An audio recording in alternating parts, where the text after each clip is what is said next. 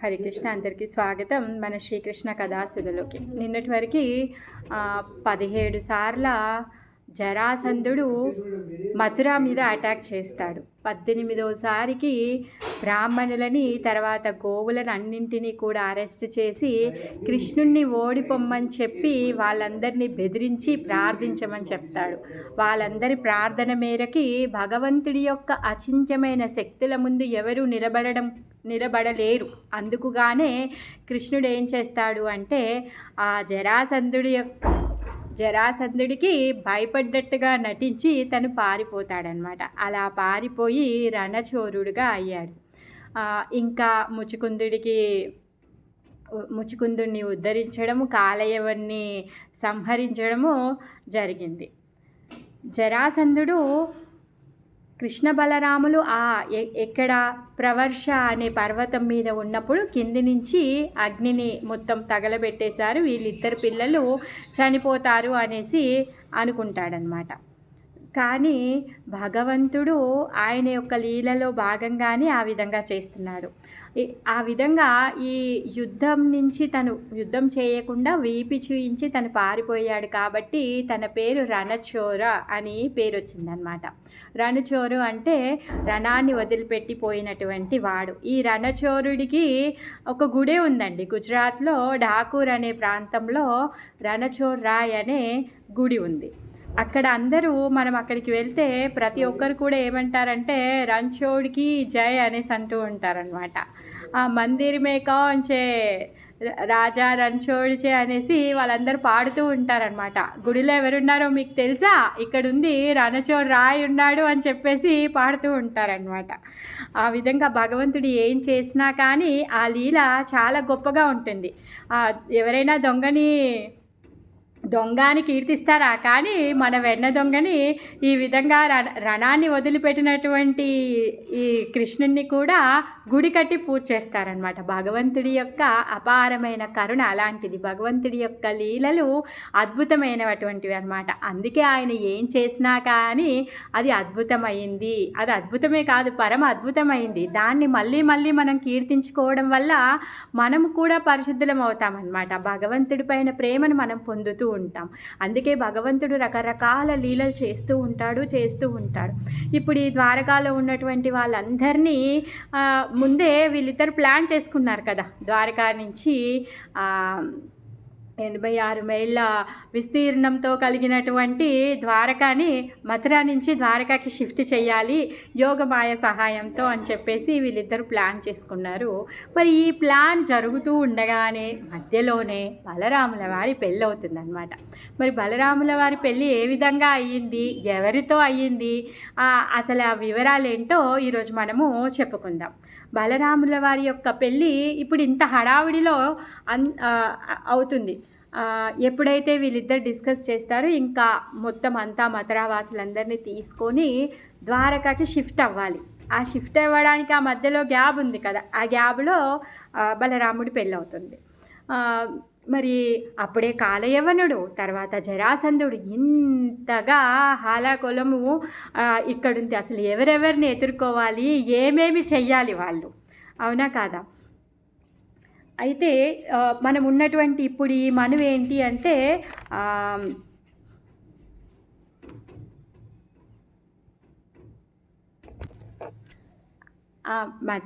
మనం ఉన్నటువంటి మన్వంతరము వైవస్వత మన్వంతరం. అయితే ఈ వైవస్వత్వ మన్వంతరం కంటే ముందు చాక్షుష మన్వంతరం ఉంది. ఈ చాక్షుష మన్వంతరంలో ఫస్ట్గా వచ్చినటువంటి చతుర్యుగాల్లో ఫస్ట్ యుగమైన సత్యయుగంలో మనువు ఉంటాడు. ఆ మనువు ఏం చేస్తున్నాడు అంటే తనకి పుత్రుడు కావాలి అని చెప్పేసి తను యజ్ఞం చేస్తున్నాడు అనమాట. ఆ యజ్ఞం నుంచి ఒక అమ్మాయి ఉద్భవిస్తుంది. ఆ యజ్ఞాగ్నిలో నుంచి యజ్ఞ జ్యోతిలో నుంచి ఉద్భవించింది కాబట్టి ఆ అమ్మాయి పేరు జ్యోతిష్మహి అని పేరు పెట్టుకుంటాడనమాట. మరి ఆ అమ్మాయి చాలా పరమ సౌందర్యవంతురాలు, అయోనిజ. తను దివ్యమైన శరీరం కలిగినటువంటిది అనమాట. మరి ఆమె చాలా అందంగా ఉంది, సకల గుణ నిధి కలిగినటువంటి ఆమె పరమ సౌందర్యవతి. ఆమె ఎప్పుడైతే యుక్త వయసురాలు అయ్యిందో అప్పుడు ఆ అమ్మాయికి పెళ్లి చేద్దాము అని చెప్పేసి తండ్రి ప్రయత్నిస్తూ ఉన్నాడనమాట. అప్పుడు ప్రయత్నిస్తూ ఉంటే కూతురు చెప్తుంది అనమాట. ఏమంటుంది అంటే, నేను ఎందుకు ఆ అమ్మాయి సామాన్యమైన రాలు కాదు, అగ్నిలో ఆవిర్భవించింది. తర్వాత తనకున్నటువంటి శరీరం కూడా దివ్యమైనటువంటి శరీరం. మరి ఈ భౌతికులను పెళ్లి చేసుకోవడానికి తనకేమీ అర్హత కూడా లేదు. అంటే భౌతికుల్ని పెళ్లి చేసుకోవాల్సిన అవసరం తనకు లేదు. తను ఏమంటుందంటే వాళ్ళ నాన్నగారితో, నేను అందరిలోకెల్లా బలమైన వాడిని నేను పెళ్లి చేసుకుంటాను అనేసి అంటుందన్నమాట. మరి తండ్రి ఏం చేస్తున్నాడు? సరే, ఇప్పుడు అందరిలోకెల్లా బలవంతుడు ఎవరున్నారో ఆయనను వెతకడం మొదలుపెట్టాడనమాట. ఈ విషయాన్ని ఈ సమాచారంగా అన్ని లోకాల్లోకి పంపించాడనమాట. మెసేజ్ని పంపించాడు. అందరిలోకెల్లా బలవంతమైన వాడు ఎవరు? ఆ బలవంతుడికే మా అమ్మాయినిచ్చి పెళ్లి చేయాలనుకుంటున్నాను. ఫస్ట్ ఆ బలమైన వాడిని కనిపెట్టండి అని చెప్పేసి ఈ సమాచారం అంతా అన్ని లోకాలకి వెళ్ళిందనమాట. ఆ విధంగా దేవత లోకానికి, తర్వాత బ్రహ్మలోకానికి, తర్వాత గంధర్వ లోకానికి, అన్ని లోకాలకి ఈ మెసేజ్ వెళ్ళింది. ప్రతి ఒక్కరు కూడా ఎవరు బలమైన వాళ్ళు అని చెప్పేసి అందరూ చర్చించి ఒక నిర్ధారణకి వస్తారనమాట. ఎవరు అంటే ఆ బలం కలిగినటువంటి వాడు సంకర్షణుడు. ఈ సంకర్షణుడు అనంతదేవుడు. ఈ అనంతదేవుడు అనంతమైన ఫణాలు కలిగి ఉన్నాడు. ఆయన ఫణాల మీద ఈ విశ్వాలని మోస్తూ ఉన్నాడు. ఎంత అవలీలగా మోస్తూ ఉన్నాడు అంటే ఈ విశ్వాన్ని చాలా అవలీలగా మోస్తూ ఉన్నాడంట. ఇప్పుడు ఒక పెద్ద ట్రక్ ఉందనుకోండి, బాగా హెవీ లోడ్ మోసేటటువంటి ట్రక్కు. ఆ ట్రక్కులో ఒక ఆవగింజ ఉంటే ఏమైనా ఆ ట్రక్కు కష్టమవుతుందా? ఆవగింజ ఉన్నా లేకున్నట్టుగానే కదా ఆ ట్రక్కి. ఆ విధంగా ఈ అనంతశేషుడు తన ఫణం మీద ఈ విశ్వాన్ని ఆ విధంగా మోస్తున్నాడంట. ఆవగింజ మేరకి దానిని పెట్టుకొని ఆ విధంగా మోస్తున్నాడంట. అలాంటి అనంతశేషుడి కంటే గొప్ప బలమైన వాడు ఇంకొకడు లేడు అని చెప్పేసి అందరూ కలిసి నిర్ణయించారు. బాగుంది, అందరు కలిసి అనంతశేషుడు బలమైన వాడు, సో ఆయనకు మించిన వాడు ఎవరు లేరు అని చెప్పారు. ఇంతవరకు బాగుంది. మరి అనంతశేషుని కలిసేది ఎలా? అనంతశేషునికి ఇచ్చి పెళ్లి చేసేది ఎలా కూతుర్ని? మరి ఏం చేయగలుగుతాడు తండ్రి? ఏం చేయగలుగుతాడు అని చెప్పేసి తను ఆలోచిస్తూ ఉన్నాడనమాట. అయితే అప్పుడు తండ్రి అంటున్నాడనమాట, అయ్యో మరి నేనేం చేయగలుగుతాను? నీకోసం అనంతశేషుణ్ణి కలిసేది ఎలా? మరి ఆయన ఎక్కడుంటాడు? ఆయన దగ్గరికి ఎలా వెళ్ళగలుగుతాము? అంత శక్తి మనకు లేదే అనేసి తండ్రి చెప్తే అప్పుడు కూతురు అంటుందన్నమాట, అమ్మ నాన్న యొక్క ఆజ్ఞని తీసుకొని తను ఏమంటుందంటే, నేను అనంత దేవుడి కోసము తపస్సు చేస్తాను. ఒకవేళ ఈ జీవితంలో ఈ జన్మలో నాకు అనంతదేవుడు ప్రత్యక్షం అవ్వకపోతే ఈ శరీరాన్ని వదిలిపెట్టాక మళ్ళీ ఇంకొక శరీరం, ఇంకో జన్మైనా తీసుకొని నేను మళ్ళీ కూడా అనంతదేవుడి కోసమే నేను తపస్సు చేస్తాను. అంతేకాని నా యొక్క ఉద్దేశాన్ని నేను మార్చుకోను. నేను నా స్వామిగా అనంతదేవుడిని మాత్రమే నేను స్వీకరించాను. నేను ఆయననే పెళ్లి చేసుకుంటాను అని చెప్పేసి తండ్రిని అడుగుతుందనమాట. అప్పుడు తండ్రి అంటాడు, పాపం తను ఏమీ చేయలేక, సరే మరి తపస్సు ద్వారా భగవంతుని నువ్వు సాధించగలిగితే సరే మంచిదే అని చెప్పేసి పర్మిషన్ ఇస్తాడనమాట. మరి ఈవిడ తపస్సు చేస్తుంది. ఆమె చేసేటటువంటి తపస్సు చాలా తీవ్రంగా ఉందంట. మరి ఆమె తపస్సు చేయడానికి హిమాలయాల్లో కూర్చొని తపస్సు చేస్తుంది. ఆమె యొక్క పరమ సౌందర్యవతి. ఆమె సౌందర్యానికి చూసి ఈ దేవతలందరూ కూడా వస్తున్నారంట. వచ్చి ఈ జ్యోతిష్మహిని ప్రపోజ్ చేస్తున్నారనమాట. వెళ్ళి ప్లీజ్, మేము చాలా అందంగా ఉన్నాము, మాకు ఇన్ని ఆస్తులు ఉన్నాయి, మాకు ఇంత పరపతి ఉంది, మాకు ఇంత శక్తి ఉంది, నీకు ఒకవేళ ఓకే అవుతే మేము నిన్ను పెళ్లి చేసుకుంటాము అని చెప్పేసి వెళ్ళి ఈ దేవతలందరూ కూడా వాళ్ళ యొక్క ఆస్తులని పాస్తులని శక్తులని అన్నీ చెప్పి ప్రపోజ్ చేస్తున్నారనమాట. ఇంకా జ్యోతిష్మయికి బాగా విసుగొచ్చి అసలు లేదు, నేను వాళ్ళందరినీ చీకొట్టేస్తుంది అనమాట. ఇంకా విసుగొచ్చి ఏం చేస్తుంది అంటే వాళ్ళందరినీ నిరాకరించడమే కాకుండా వాళ్ళందరినీ శపించడం మొదలుపెట్టింది అనమాట. శపించడం మొదలుపెట్టేసరికి ఈ దేవతలందరూ అంటారనమాట, ఇప్పుడు మేమేమైనా బలవంత పెడుతున్నావా? మర్యాదగా వచ్చాము నీ దగ్గరికి, నువ్వు పెళ్లి చేసుకోవాలనుకోనే ఆ ఉద్దేశంతోనే నువ్వు ఇక్కడ కూర్చొని తపస్సు చేస్తున్నావు కదా, అందుకే వచ్చి మేము నిన్ను ప్రపోజ్ చేస్తున్నాం. నువ్వు నీకు ఇష్టం లేకపోతే కాదు అని చెప్పు, అంతేకాని నువ్వు శాపం ఎందుకు ఇవ్వడము అనేసి అంటారనమాట. అయినా కానీ జ్యోతిష్మహి వినదనమాట. ఎవరు వస్తే వాళ్ళకి శాపాలు పెట్టేస్తుంది అనమాట. పెట్టేస్తూ ఉంటే ఈ దేవతలందరూ పాపము కావాలంటే తిరిగి శపించవచ్చు, కాకపోతే వాళ్ళు అలా చేయడం లేదు. ఈ దేవతలందరూ వెళ్ళి ఇంద్రుడి దగ్గరికి వెళ్ళి కంప్లైంట్ ఇచ్చారనమాట. ఇంద్రుడి దగ్గరికి వెళ్ళి కంప్లైంట్ ఇచ్చారు, ఇలా చూడు అక్కడ జ్యోతిష్మహి కూర్చొని తపస్సు చేస్తుంది, మేమందరం వెళ్ళి ప్రపోజ్ చేస్తే తను మా అందరికీ శాపాలు ఇస్తుంది, నువ్వు ఏదైనా చెయ్యి అనేసి వీళ్ళందరూ వెళ్ళి ఇంద్రుడికి చెప్తారనమాట. సో అప్పుడు ఏం చేస్తాడంటే ఇంద్రుడు వస్తాడనమాట. ఇంద్రుడు వచ్చి జ్యోతిష్మయితో మాట్లాడుతున్నాడనమాట. నువ్వు చేసేది ఏమైనా బాగుందా, నువ్వెందుకు శపిస్తున్నావు అనేసి అడుగుతాడంట. అడుగుతూ ఉంటే జ్యోతిష్మయి మళ్ళీ ఇంద్రుడిని కూడా శపించడానికి పోతుందనమాట. ఇంద్రుడిని కూడా శపించడానికి పోతే ఇంద్రుడికి కోపం వచ్చేసి, నువ్వు తపస్సు చేసి అనంతదేవుడిని పొందిన తర్వాత కూడా నువ్వు అనంతదేవుడితో నీకు పుత్రుడు కలగడు, నువ్వు పుత్రహీనురాలు అవుతావు అని చెప్పేసి శపిస్తాడనమాట. అప్పుడు జ్యోతిష్మతి ఏం చేస్తుంది అంటే తను చాలా సంతోషపడుతుంది. అప్పుడు ఇంద్రుడికి థ్యాంక్స్ చెప్తుంది అనమాట. చాలా చాలా ధన్యవాదాలు ఇంద్ర, చాలా మంచి పని చేశావు, నాకు పిల్లలు లేకపోయారు, నేను ఇంతగా ఏరి కోరి మెచ్చి నచ్చి నేను నా స్వామి కోసం తపస్సు చేస్తున్నానే, నా స్వామి కలిసాక అప్పుడు పిల్లలు పుడితే నా స్వామి పైన నా ప్రేమ తగ్గిపోతుంది, అప్పుడు పిల్లోడిని చూసుకోవాల్సి వస్తుంది. సో నాకు ఇప్పుడు ఆ పిల్లల పట్ల ప్రేమించాల్సిన అవసరం కూడా లేకుండా నువ్వు నాకు మంచిగా శాపం పెట్టావు, అది నాకు వరమే, నువ్వు చాలా చాలా ధన్యవాదాలు అనేసరికి పాపం ఇంద్రుడికి అసలు ఏమైందో తెలియదు. ఇంద్రుడు ఏమంటాడంటే, సారీ నేను ఏదైతే నా శాపం ఉందో ఆ శాపాన్ని నేను వెనకకి తీసేసుకుంటాను, కాకపోతే దానికి బదులు ఒక్క హెల్ప్ చేయవా అనేసి అడుగుతున్నాడు అనమాట జ్యోతిష్మయిని. అయితే అప్పుడు ఏమంటున్నాడంటే, ఇదిగో అనంతదేవుడు వస్తాడు, నువ్వు పెళ్లి చేసుకుంటావు కదా, చేసుకున్న తర్వాత అప్పుడప్పుడు వచ్చి నాకు కొంచెం హెల్ప్ చేయమని చెప్పవా అని చెప్పేసి అడుగుతున్నాడు. ఎందుకంటే ప్రతి దానవుడు శక్తి పొందగానే వచ్చి ఇంద్రలోకం మీద అటాక్ చేస్తారు కదా, అందుకని చెప్పేసి ఎందుకు అనంతదేవుడికి అనంతమైన శక్తి ఉంది, ఆ అనంత శక్తి కలిగిన వాడు వచ్చి ఒక చూపు చూసినా కానీ అందరూ బలదూరైపోతారు. ఆ విధంగా జ్యోతిష్మయిని రిక్వెస్ట్ చేస్తున్నాడు అనమాట ఇంద్రుడు. ప్లీజ్ అప్పుడప్పుడు మీ స్వామికి చెప్పు నాకు కొంచెం హెల్ప్ చేయమని అని చెప్పేసి అడుగుతాడనమాట. నా శాపాన్ని వెనుకకి తీసేసుకుంటాను అనేసి అంటాడనమాట. ఆయన శాపము వెనుకకి తీసుకున్నాడో ఫలించిందో మనకైతే తెలియదు, కానీ తర్వాత బలరాముల వారికి అయితే ఇద్దరు కొడుకులు ఉంటారు, నిషాద్ ఇంకా ఉల్ముఖ.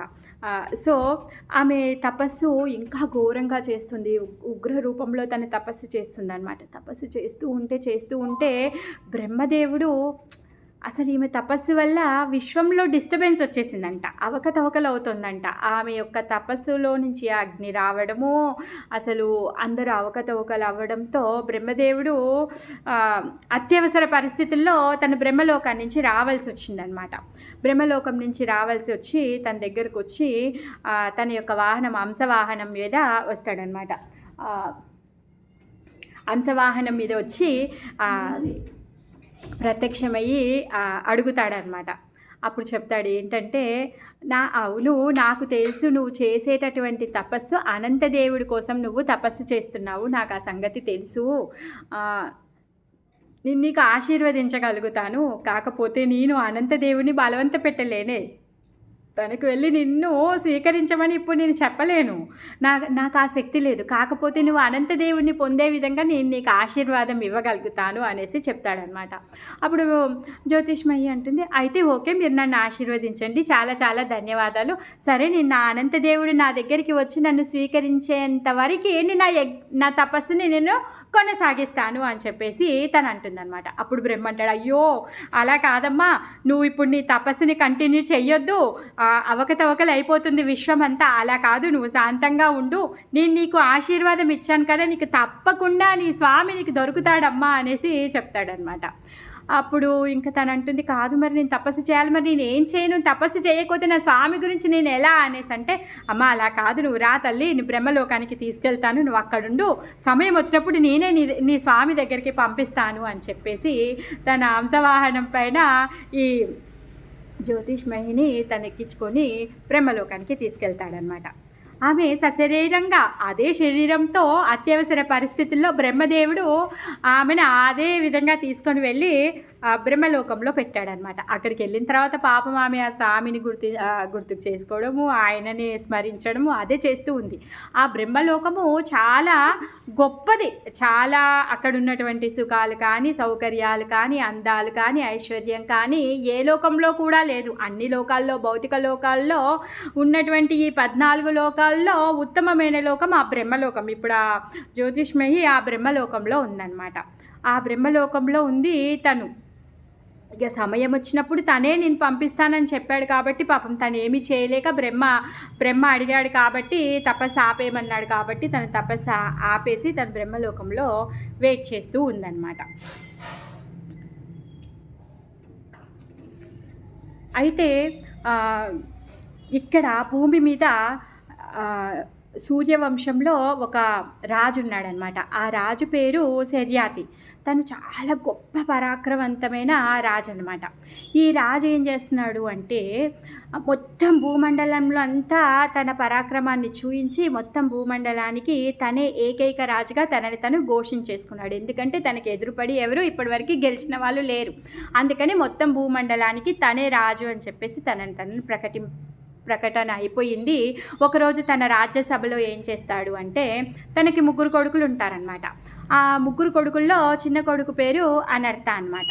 అయితే ఆ ఒకరోజు రాజ్యసభలో కూర్చొని తను ఏమంటాడంటే నేను ఇప్పుడు ఈ భూమండలానికి పతిని, నేను రాజుని అనేసి అంటాడనమాట. అయితే అక్కడ ఆ రాజ్యసభలో ఉన్నటువంటి ఎవరైతే మంత్రులు ఉన్నారో, సలహాదారులు వీళ్ళందరూ ఎవరైతే ఉన్నారో వాళ్ళందరూ కూడా అవునవును నువ్వే ఈ భూమండలానికి పతివి, నువ్వే రాజువి అని చెప్పేసి అందరూ జయజయకారాలు చేస్తూ ఉంటారు. కాకపోతే చిన్న కొడుకు అనర్థ ఏమంటాడంటే అదేంటి నానా, నువ్వు అన్నదానికి నేను సమ్మతించను. ఈ భూమి ఎవరు? దేవాది దేవుడైన విష్ణువు యొక్క పత్ని.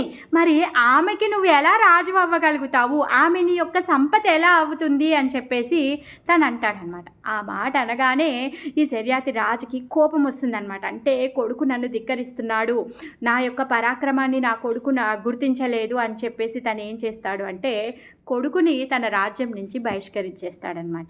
మొత్తం భూమండలమే ఆయన రాజ్యమైనప్పుడు ఇప్పుడు కొడుకుని బహిష్కరిస్తే కొడుకు ఎక్కడికి వెళ్తాడు? ఇప్పుడు తను వెళ్ళడానికి అసలు భూమే లేదు కదా. అలా అని చెప్పేసి ఈ చిన్న పిల్లోడి అనర్థుడు చాలా తెలివిమంతుడు అనమాట. ఇంకా అనంతదేవుడి యొక్క గొప్ప భక్తుడు అనమాట. దేవాది దేవుడి యొక్క గొప్ప భక్తుడు. అందుకని చెప్పేసి తను ఏం చేస్తాడు అంటే తను అలా పశ్చిమంగా నడుచుకుంటూ వెళ్ళి సముద్ర తీరానికి వెళ్తాడనమాట. సముద్ర తీరానికి వెళ్తారు. ఆ రాజ్యంలో ఉన్న ప్రజలందరూ, ఆ మంత్రులు ఎవరైతే ఉన్నారో మొత్తం రాజ్యము భూమి అంతా మీ నాన్నగారి సొత్తే కదా, నువ్వు ఇప్పుడు రాజ్య బహిష్కరణ అంటే ఎక్కడికి వెళ్తావు, ఏం చేస్తావు, ఎక్కడుంటావు అనేసి అంటే అప్పుడు చెప్తాడనమాట. వాళ్ళ నాన్నని అడుగుతాడనమాట, నాన్న నీది భూమి ఒకటే కదా, సముద్రం అయితే నీ సొత్తు కాదు కదా అనేసి అడుగుతాడనమాట. అప్పుడు శర్యాతి అంటాడా, అవును నేను భూమిని మాత్రమే జయించాను, నేను సముద్రంతో నాకు పని లేదు, సముద్రం నా యొక్క అండర్లోకి రాదు అనేసి అంటాడనమాట. అప్పుడు ఈ అనర్థ ఏం చేస్తాడంటే సముద్ర తీరంలోకి వెళ్ళి నడుము వరకు మునిగే విధంగా తను అక్కడ నించుంటాడనమాట. తను అక్కడ నించొని దేవాది దేవుడైన విష్ణువు కోసము తను ప్రార్థిస్తూ ఉన్నాడు, తపస్సు చేస్తూ ఉన్నాడనమాట. మరి అక్కడ నించొని ఉన్నాడు, తన పోషణ ఎలా, తన ఆకలి ఎలా తీరుతుంది, తన సేద ఎలా తీరుతుంది? ఆ సముద్ర తీరంలో ఉన్నాడు, అలలు వస్తూ ఉన్నాయి పోతూ ఉన్నాయి, వస్తూ ఉన్నాయి పోతూ ఉన్నాయి, అలా నించొని ఉన్నాడనమాట. ఆయన చేసేటటువంటి భగవంతుడి యొక్క నామానికి సముద్రం కూడా పులిగించిందంట. సముద్రము ఆ ముత్యాలను తీసుకొచ్చి ఆయన పాదాల దగ్గర వదిలేసిపోతుందంట అలలు వచ్చినప్పుడల్లా. ఆ విధంగా ఇంకా ఆయన అక్కడ నించొని భగవంతుని కీర్తిస్తూ ఉన్నాడు. ఆయన యొక్క కీర్తనకి సముద్రం తీరంలో వచ్చేటటువంటి ఆ అలలపైన వచ్చేటటువంటి ఏదైతే ఈ గాలులు ఉన్నాయో ఆ గాలులు ఈయనని పోషిస్తున్నాయంట. తిండి తిప్పల అలా ఏం లేదు. ఆ వీచే గాలులు ఏవైతే ఉన్నాయో ఈ అనర్థ రాజుని పోషిస్తున్నాయన్నమాట. అంటే భగవంతుడు తలుచుకుంటే ఎవరిని ఏ విధంగా అయినా తను పోషించగలుగుతాడు. ప్రతి ఒక్క జీవిని పోషించేది అతనే కదా. ఆ విధంగా తను అక్కడి నుంచి తపస్సు చేస్తున్నాడు అనమాట. అలా కొన్ని రోజులు చేసిన తర్వాత సాక్షాత్తు శ్రీ మహావిష్ణువు తను గరుడ మీద వస్తాడనమాట. గరుడ మీద వచ్చి ప్రత్యక్షం అవుతాడనమాట. ప్రత్యక్షమయ్యి తను చెప్తాడనమాట, నీ యొక్క ప్రార్థనలు నేను మన్నించాను, నీ యొక్క భక్తికి నేను చాలా మెచ్చాను, అందుకే నువ్వు ఏం చెప్తాడు అంటే నువ్వే ఇక్కడ రాజ్యాన్ని స్థాపించు అనేసి చెప్తాడనమాట. సముద్రుడిని పిలుస్తాడు, సముద్రుడిని పిలిచి సముద్రుడికి ఆజ్ఞాపిస్తాడనమాట, నువ్వు 100 యోజనాల దూరం వెనుకకు వెళ్ళు, ఈ 100 యోజనాల స్థలం ఏదైతే ఉందో ఆ స్థలంలో ఈ రాజు తన సామ్రాజ్యాన్ని నెలకొల్పుకుంటాడు అనేసి చెప్తాడనమాట. దానికి సంతోషంగా సముద్రుడు భగవంతుడే సాక్షాత్ శ్రీ మహావిష్ణు ఆజ్ఞ ఇచ్చాడు కాబట్టి సముద్రము 100 యోజనాల వెనుకకు వెళ్తుందన్నమాట. 1 యోజనము అంటే 800 మైళ్ళు అనమాట. సో ఆ విధంగా 8 మైళ్ళు, సో 100 యోజనాలు అంటే 800 మైళ్ళు అంటే 800 మైల్స్ చదరపు మీటర్లో ఇప్పుడు ఈ అనర్థ రాజ్యం ఏర్పడబోతుంది అనమాట. ఇది ఎక్కడుంది? పశ్చిమ తటంలో ఉందన్నమాట. అంటే గుజరాత్ మన సముద్రానికి ఆ పశ్చిమ తటంలో ఉంటుంది. అయితే ఆ ప్రదేశాన్ని కుశస్థలము అని కూడా అంటారనమాట. అయితే ఈ అనర్థుడికి ఒక కొడుకు ఉంటాడు, ఆయన పేరు రైవత అనమాట. అయితే ఈ రైవతుడు కూడా చాలా గొప్ప పరాక్రమవంతుడు అనమాట. ఏమంటాడంటే వాళ్ళ నాన్నతో, నాన్న మన రాజ్యం చాలా బాగుంది, కాకపోతే ఒక్క పర్వతం కూడా లేదు మన రాజ్యంలో అనేసి అంటాడనమాట. పర్వతం కూడా లేదు అని చెప్పేసి ఈ రైవతుడు ఏం చేస్తాడంటే వెళ్తాడనమాట. ఏమంటారు, మహేంద్ర శైలానికి వెళ్ళి అక్కడ ఒక పర్వతాన్ని సెలెక్ట్ చేసుకుంటాడు. 3 పర్వతాలు ఉంటాయన్నమాట కలిసి. ఆ 3 పర్వతాలు కలిసినటువంటి ఈ ప్రహర్ష అనే పర్వతం మనం చెప్పుకున్నాం కదా, కృష్ణ బలరాములు వెళ్ళి ఆ పర్వతాన్ని ఎక్కారు అనేసి. ఆ ప్రశ్రవణ అనే పర్వతంని ఎత్తుకొని తీసుకొని వస్తాడనమాట. ఆ పర్వతం, అంత పెద్ద పర్వతాన్ని మహేంద్ర శైలం నుంచి అక్కడి నుంచి తీసుకొని వచ్చి ఎక్కడ ఆ సముద్రంలో ఆయన రాజ్యాన్ని ఏర్పరచుకున్నాడు కదా, అక్కడ ఆ పర్వతాన్ని పెడతాడనమాట. రైవతుడు అంత బలం కలిగిన వాడనమాట.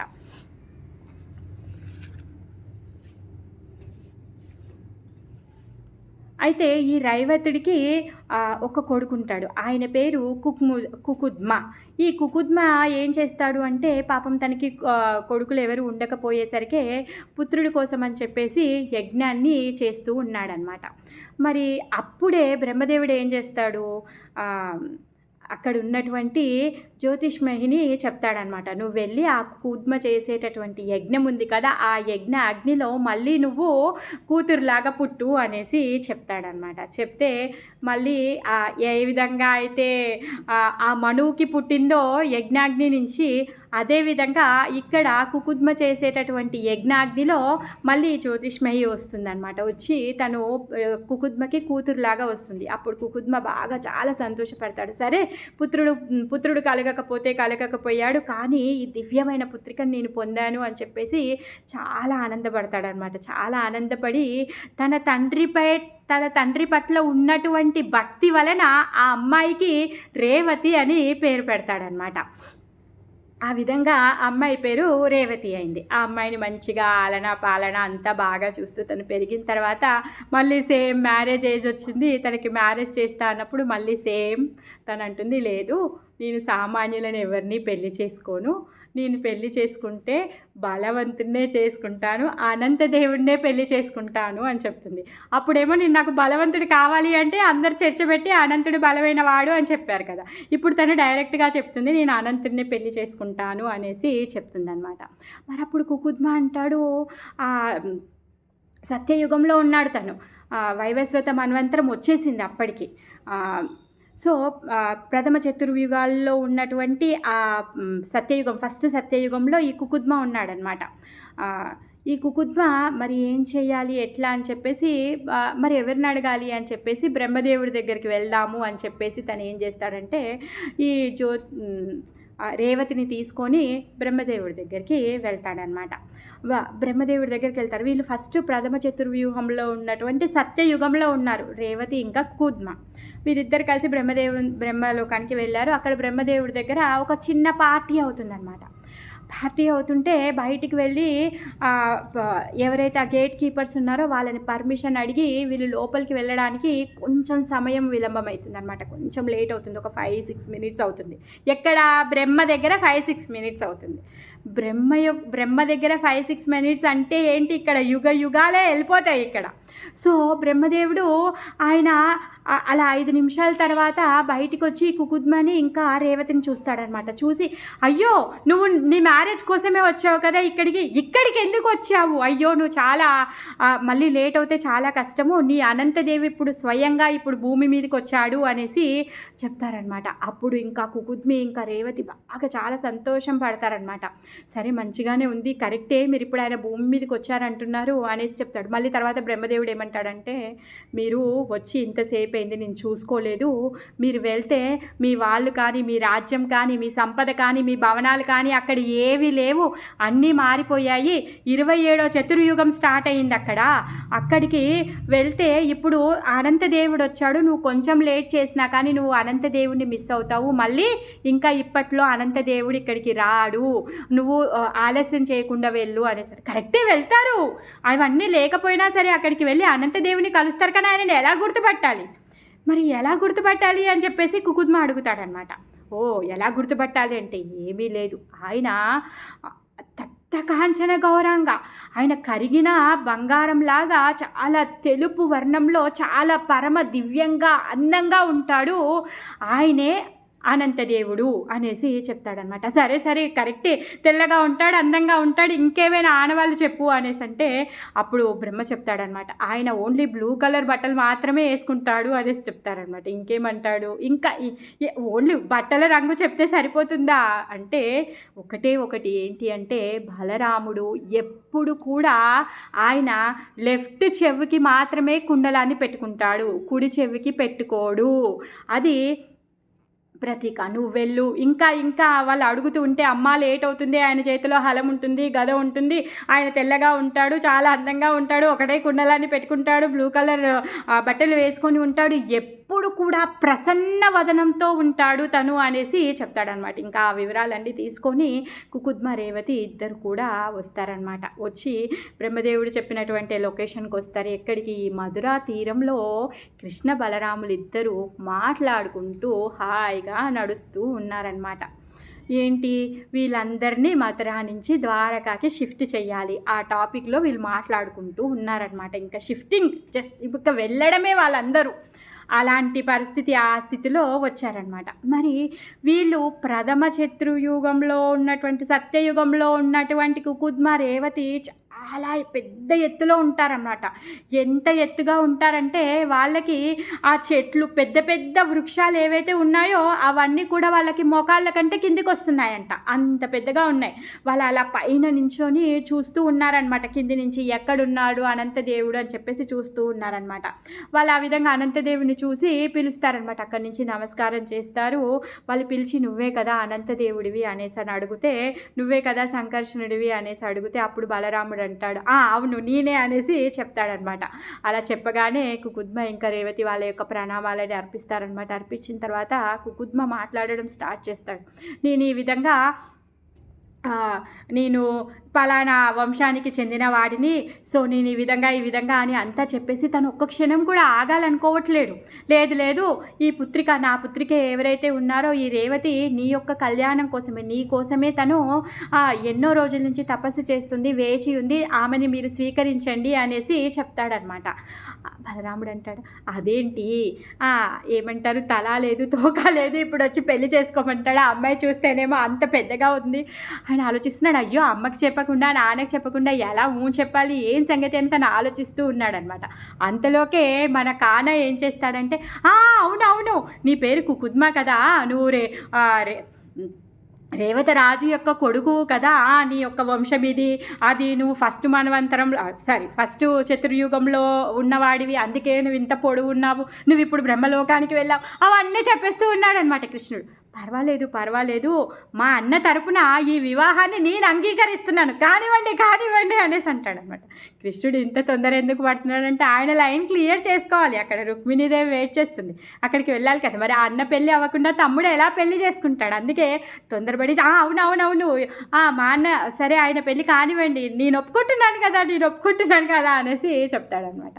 ఆ విధంగా కుకుద్మ ఏం చేస్తాడంటే పాపం రేవతి యొక్క చేతిని బలరాముడికి అందిస్తాడనమాట. ఆమె ఎంత ఎత్తుంటుంది, ఆమె చెయ్యి కిందికి వంచి చాచుతుంది అనమాట. బలరాముడు చెయ్యి కృష్ణుడు చాపుతూ ఉన్నాడు అనమాట. రేవతి యొక్క కరాగ్రం మాత్రమే టచ్ అయ్యిందంట.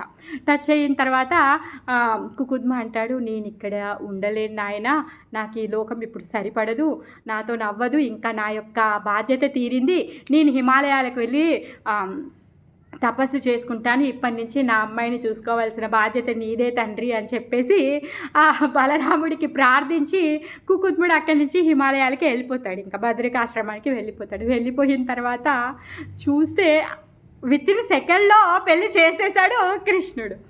అప్పుడు కృష్ణుడు అంటాడంట, అన్న వదిన సైజు చాలా పెద్దగా అయింది, నీకు అసలు ఎలా సెట్ అవుతుంది అనేసి అంటాడట. చూడండి, ఆట పట్టిస్తూ ఉన్నాడు. అప్పుడు బలరాముడు అంటాడంట, అసలు మాట్లాడనిచ్చావా నువ్వు, అసలు ఏమనుకుంటున్నావురా నువ్వు, ఏం చేస్తున్నావు అనేసి అంటాడంట. అప్పుడు కృష్ణుడు అంటాడు, అలా కాదులే, వదిన సైజుని సెట్ చెయ్యి అనేసి అంటాడనమాట. అప్పుడు బలరాముడు తన యొక్క హలాన్ని తీసుకొని రేవతి యొక్క భుజం మీద పెట్టి తనని తన చెవుల హైట్కి వచ్చే విధంగా తన హైట్ని సెట్ చేస్తాడనమాట.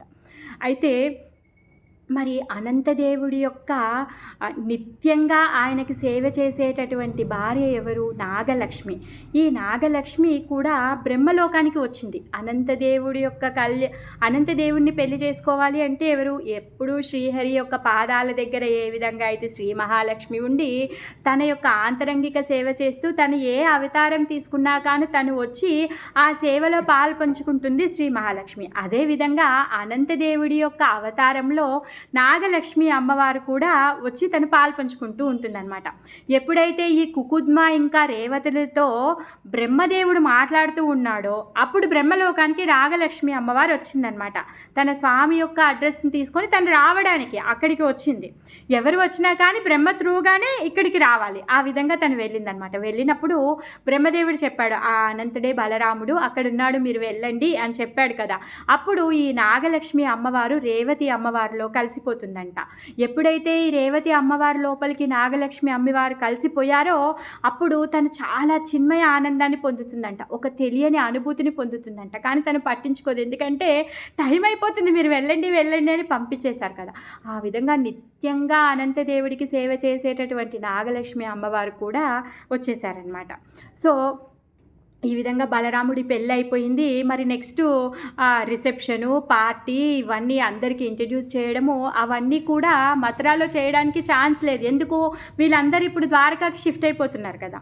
సో ద్వారకాలో నెక్స్ట్ రిసెప్షన్ అవన్నీ కూడా ద్వారకాలోనే పెట్టుకుంటారనమాట. మరి వీళ్ళందరినీ ద్వారకాకి పంపించాల్సిన అవసరం ఏముంది? ఇప్పుడు జరాసంధుడికి భయపడి పారిపోయినప్పుడు ఇప్పుడే తనని తను వెల్లడించాలి అనుకోవట్లేడనమాట. నేను బ్రతికే ఉన్నాను అని చెప్పేసి తాత అవుతాడు జరాసంధుడు. ఇప్పుడే ఆయనకి చూయించాలి అనుకోవట్లేడు. ఎందుకు అంటే పరమ భక్తురాలు అక్కడ రుక్మిణీదేవి వెయిట్ చేస్తుంది, మరి ఆమెను కూడా చూసుకోవాలి కదా. అందుకని చెప్పేసి ఇదొక కారణం. ఇంకొక కారణం ఏంటి అంటే 17 సార్ల ఈ జరాసంధుడు 23 ఔక్షయోనిల సైన్యాన్ని తీసుకొని వచ్చాడు.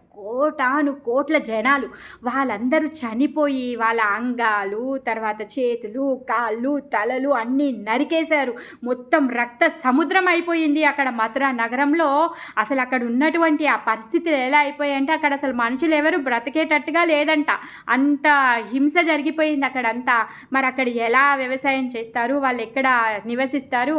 అందుకని చెప్పేసి ఆ ప్లేస్ చేంజ్ అయ్యాలి అని చెప్పేసి అక్కడి నుంచి మథురావాసులందరినీ కూడా ఆ రాత్రికి రాత్రే వీళ్ళందరినీ తీసుకొని వెళ్ళి ద్వారకాకి షిఫ్ట్ అయిపోతారనమాట. ద్వారకాకి వెళ్ళిన తర్వాత బలరాముడి యొక్క రిసెప్షన్ పార్టీ అవుతుంది. సో మనం అందరం కూడా ఆ రిసెప్షన్కి వెళ్దాం. ఓకే, హరే కృష్ణ. బలరాముడి కళ్యాణం అయిపోయింది.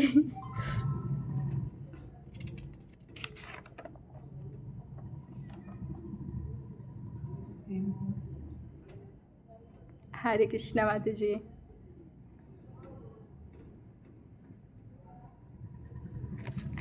హరే కృష్ణ మాతాజీ.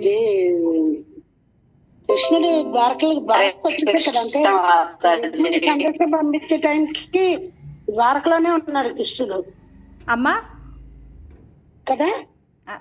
కృష్ణుడు అది రుక్మిణి సందేశం పంపించే టైంకి ద్వారకలోనే ఉన్నాడు. అదే, అవును, రుక్మిణి సందేశం ద్వారకాకే వస్తుంది. అందుకే వీళ్ళు ఇంకా ద్వారకాకి షిఫ్ట్ అయిపోతారు. ఓకే.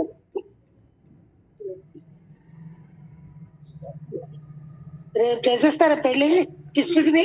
రేపు సందేశం వస్తుంది, రుక్మిణి పెళ్లి రేపు సందేశం వస్తుంది. రేపు సందేశం వస్తుంది. సందేశ వాహకుడిని రిసీవ్ చేసుకోవాలి, అన్ని సన్నాహాలు చేసుకోవాలి. కృష్ణుడు సోమవారం చేద్దాం రుక్మిణి కళ్యాణం, రేపు అయితే బిఫోర్ వన్ చెప్పుకుందాం.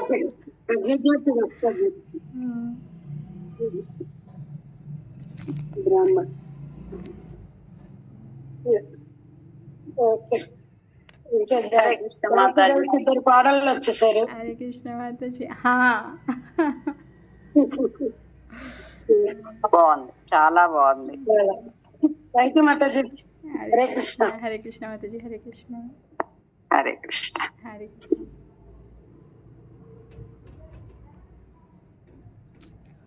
హరే కృష్ణ మాతాజీ. హరే కృష్ణ మాతాజీ.